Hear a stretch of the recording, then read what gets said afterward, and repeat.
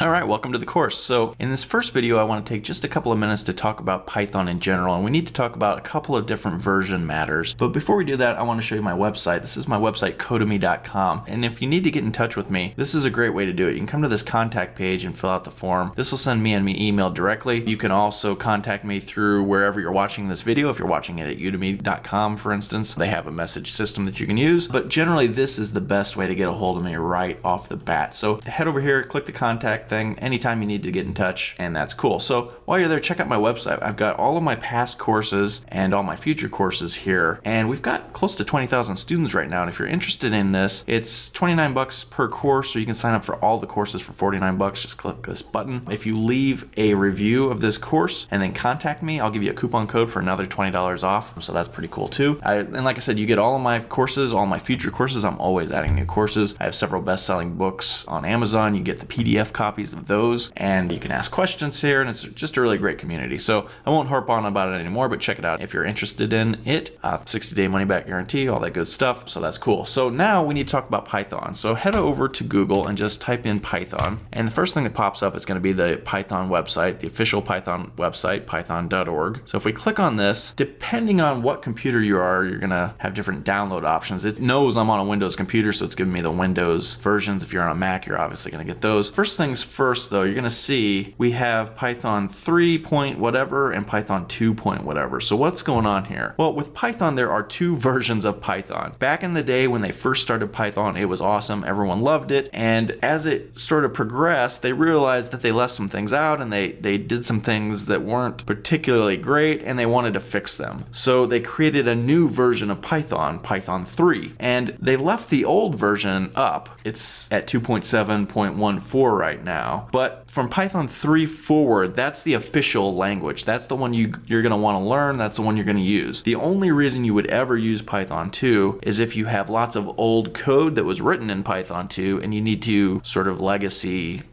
maintain it or whatever. So if you're getting a job somewhere at a company that's been using Python 2 forever, you're going to need to learn Python 2. But for everyone else in the world, we're going to use Python 3. And if you learn Python 3, you pretty much know Python. There are subtle differences, and they are different. Python 2 code will not always work on Python 3 and vice versa. But once you learn 3, you can Google what are the differences between Python 2 and Python 3, and you'll get a list, and you can read that, and you go, okay, and you'll figure it out. But it's much better to start out with version 3. And version 2, they're going to discontinue it in 2020. So, we're right there. It's not going to be used anymore. Unless, like I said, you have legacy code from 20 years ago or whatever that you need to maintain. Otherwise, we're going to use Python 3 throughout this course. I am on a Windows machine. I'm going to assume that you are too. Mac machines come with Python 2 installed, I believe. So you'll have to update that to Python 3. It's simple. You just come to this website and click the download. You'll get a little file of some sort that you can install on your Mac. If you have any problems with that, you can Google it and see. I'm not going to focus on this. Like I said, I'm going to assume you're on Windows. So in the next video, we will install this and get started. Also, take a minute and look through the documentation if you're interested. I always read the documentation. It's just a good sort of standard thing to do.